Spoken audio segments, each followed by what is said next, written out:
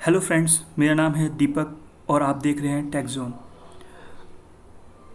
तो जैसा कि लास्ट वीडियो में आपसे डिस्कस किया है मैंने कि आज से विंडोज सर्वर 2016 की असल में स्टडी स्टार्ट होगी। पहला सवाल जो आपको खुद से पूछना चाहिए वो ये है, पहला कदम क्या है। खैर, पहला कदम ये है कि किस बारे में सीखना है, विंडोज सर्वर 2016 के क्या फीचर्स और बेनिफिट्स अवेलेबल हैं और ये बेनिफिट्स कैसे मदद कर सकती हैं और आपकी ऑर्गेनाइजेशन के नेटवर्क में इम्प्रूव करने में अपना क्या रोल दे सकते हैं। इसलिए मैं ये सर्वर सीरीज़ शुरू करने जा रहा हूँ जिसमें अलग अलग विंडोज़ सर्वर 2016 वर्जन्स के बारे में बात करूँगा और कौन सा वर्जन आपके लिए बेस्ट हो सकता है उस बारे में भी बात करूँगा। उसके बाद मैं आपके साथ विंडोज सर्वर 2016 के कुछ नए और इम्प्रूव फीचर्स के बारे में बात करूंगा।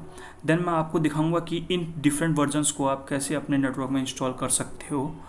मैं आपको कुछ पावरशेल कमांड का यूज़ करना भी सिखाऊंगा विंडोज सर्वर इंस्टॉलेशन करने के टाइम।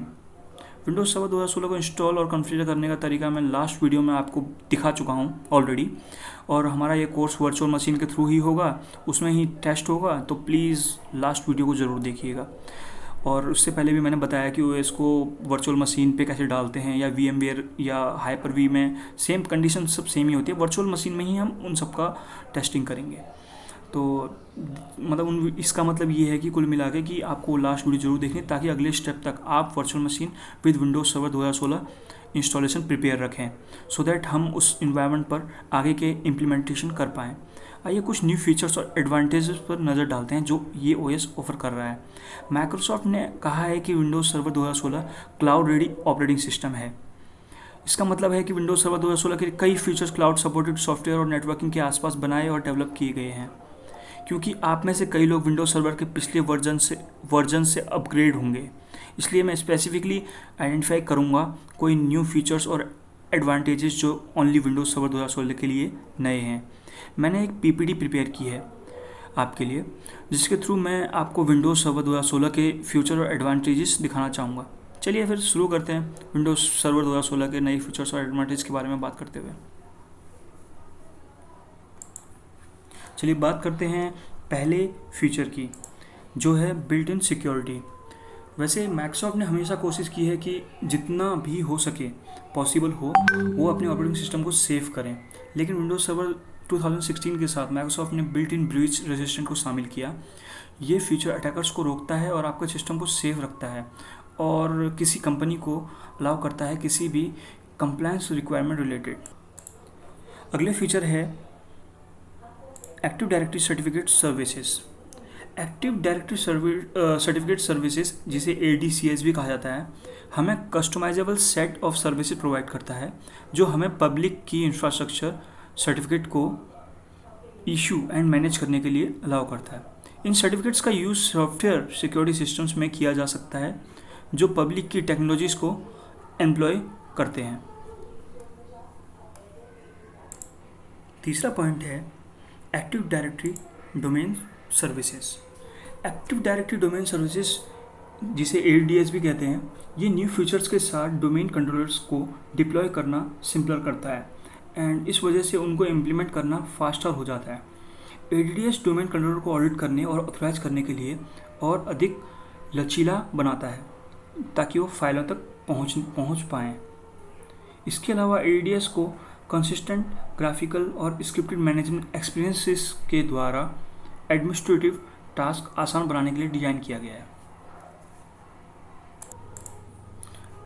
अगला पॉइंट है active directory rights management services, जिसे हम ADRMS भी कहते हैं। हमें मैनेजमेंट एंड डेवलपमेंट टूल्स देती हैं जो हमें industry security technologies including encryption, certificates and authentication के साथ काम करने का इन्वायरमेंट देती हैं। ये टेक्नोलॉजीज़ किसी भी संगठन को या ऑर्गेनाइजेशन को अलाउ करती हैं रिलायबल इंफॉर्मेशन प्रोटेक्शन सॉल्यूशन को क्रिएट करने के लिए। नेक्स्ट ऑप्शन है बिटलॉकर। बिटलॉकर एक ऐसा फीचर है या एक उपकरण कहें उसको, जो आपको अपने कंप्यूटर की हार्ड ड्राइव को एनक्रिप्ट करने की अनुमति देता है। हार्ड ड्राइव को एनक्रिप्ट करके आप डेटा चोरी, अनऑथराइज तरीके से आपके सिस्टम पर कोई छेड़खानी करता है या आपका डेटा चोरी करने की कोशिश करता है, या फिर रिमूवेबल ड्राइव्स जो होती हैं, एक्सटर्नल ड्राइव्स जो होती हैं, जो खो गई हैं या फिर चोरी हो गई हैं, उनके खिलाफ ये इन सब के जो मतलब आपके डेटा चोरी ना हो पाए, इन सब की प्रोटेक्शन के लिए BitLocker होता है, जो आपको इन्हेंस प्रोटेक्शन देता है। नेक्स्ट पॉइंट है branch cache. File servers and web servers में से डेटा अलाउ करता है ये वैन पर, जो लोकल ब्रांच ऑफिस में कैश किया जाना है।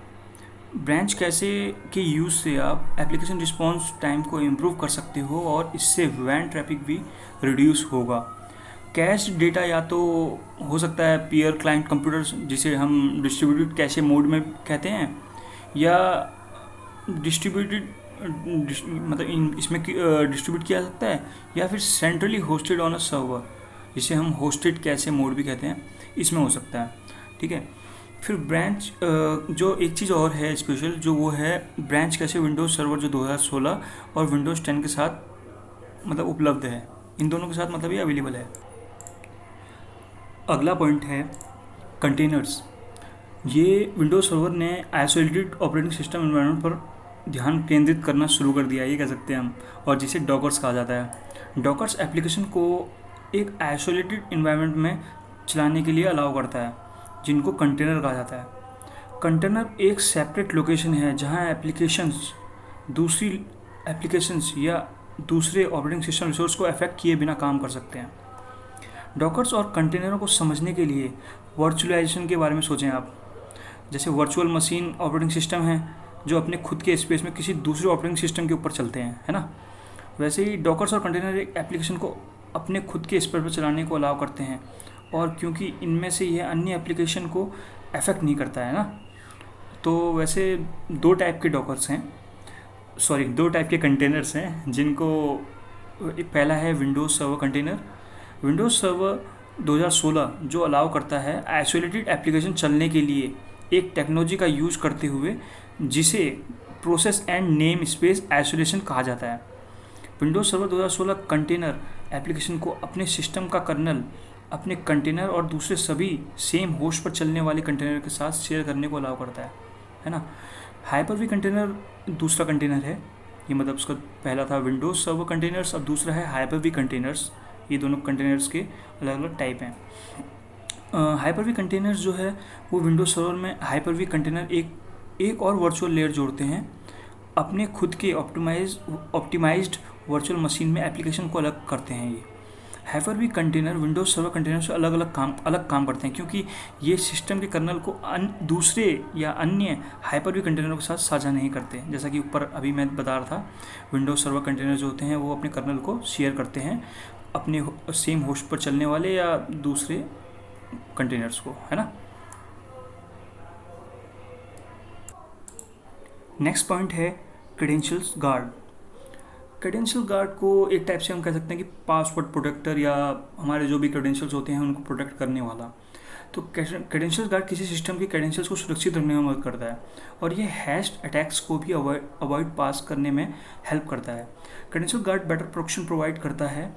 एडवांस परसिस्टेंट थ्रेट्स क्रेडेंशियल्स को कॉम्प्रोमाइज्ड और मालवेयर के द्वारा चोरी होने से बचाते हैं। Credential guard remote desktop services, servers and virtual desktop infrastructure पर इनेबल हो सकते हैं, एंड ताकि जो क्रेडेंशियल यूजर के लिए कनेक्टेड हैं उनके सेशन में वो प्रोटेक्टेड हों। इसका मतलब आप समझ रहे हैं, जैसे कि मान लीजिए कोई भी सेशन हमने रिमोट डेस्कटॉप सर्वर से लिया, या जो वर्चुअल डेस्कटॉप इंफ्रास्ट्रक्चर है, क्लस्टर हो गया या कोई भी सर्वर हो गया या कुछ भी हो गया, ये 2016 में ये एक अच्छी चीज़ ये है कि ये और भी 2012 में भी है, और इसमें मतलब इसका प्रॉफिट यही है कि कोई भी, जैसे मैंने क्रेडेंशियल यूज किए, ये अपना वहाँ पर मतलब उन क्रेडेंशियल को सेव करेगा और इम्प्रूव करेगा कि ताकि वो प्रोटेक्टेड हों। हम कोई भी जैसे कुछ भी एक्सेस कर रहे हैं तो वो प्रोटेक्टेड हों और हमारा जो है हमारे क्रेडेंशियल का मिसयूज़ ना हो पाए। नेक्स्ट पॉइंट है DHCP। DHCP की फुल फॉर्म होती है डायनामिक होस्ट कॉन्फ़िगरेशन प्रोटोकॉल। इसका बेसिकली वर्क यही होता है कि जैसे DHCP को हम सर्वर्स में कॉन्फ़िगर करें, उसके बाद मतलब जैसे IPs बांटना, जैसे एक मान लो एक नेटवर्क है या एक ऑर्गेनाइजेशन है जहाँ 100-150 PCs हैं। अब मान लीजिए हम किसी में अगर मतलब स्टैटिकली IP देंगे, या मतलब अपने हाथों से जो IP देंगे, जैसे किसी को दे दिया 192.168.1.1 मान लीजिए, है ना, दे दिया किसी को लास्ट में 5 दे दिया, लास्ट ऑक्टेट 5 दे दिया, किसी को लास्ट ऑक्टेट 8 दे दिया। तो ये क्या है, एक मतलब बहुत ज़्यादा हैक्टिक वर्क है कि हम मतलब किस किस का याद रखें, किस किस का बार बार रिपोर्ट बनाएं, किस किस का, मतलब ये बहुत ज़्यादा दिक्कत वाला काम था। तो मतलब वैसे तो ये नहीं, DHCP ओनली 2016 में ही नहीं है, 2012 में भी है, उससे पहले भी है, और DNS भी है।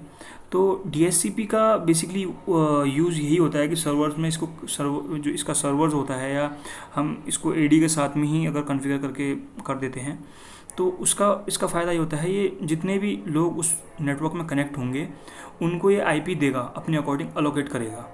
और वो IP मतलब बहुत ज़्यादा केसेस में ऐसी होता है कि रिपीट नहीं होता।